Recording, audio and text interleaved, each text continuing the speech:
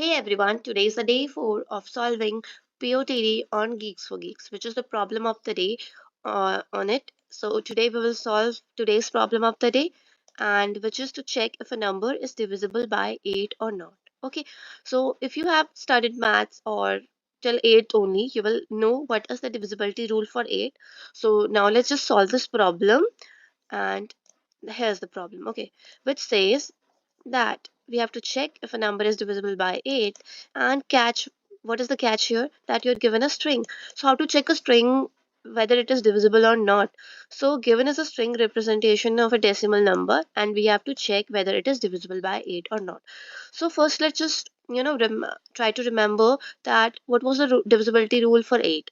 So if I say that if I am having a number 4, 8, 1 and 6. So what is the divisibility rule to check this number whether it is divisible by 8 or not? So what we have to do is we have to check for the last 3 digits. We have to check for 816.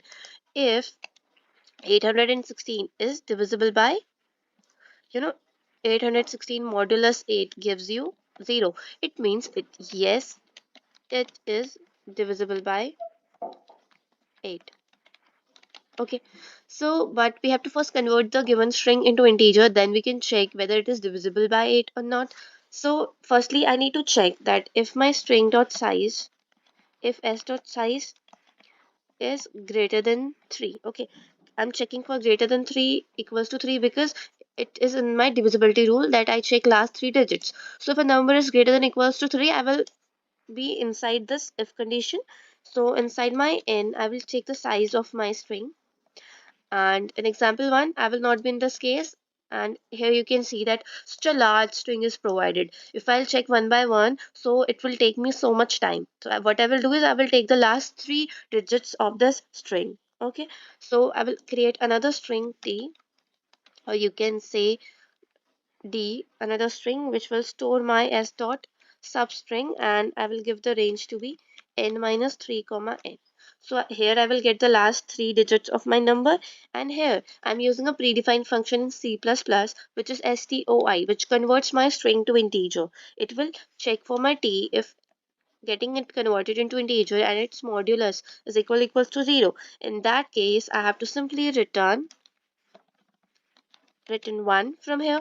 And similarly in the else condition, what I will do, I will just directly check that if my modulus is equals to 0, it means that the number is divisible by 8, and hence I need not to return, I had to return 1.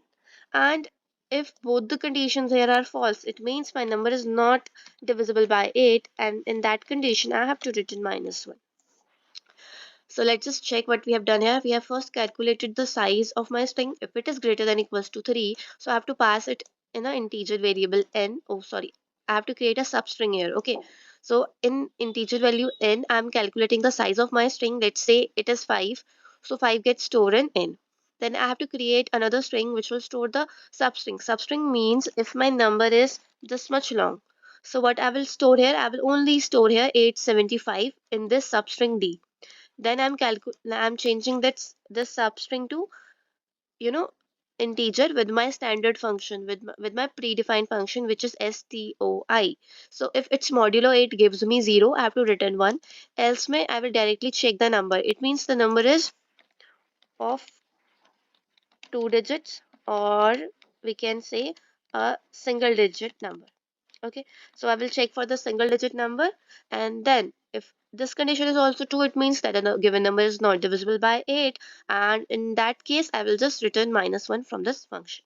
So now let's just run this code.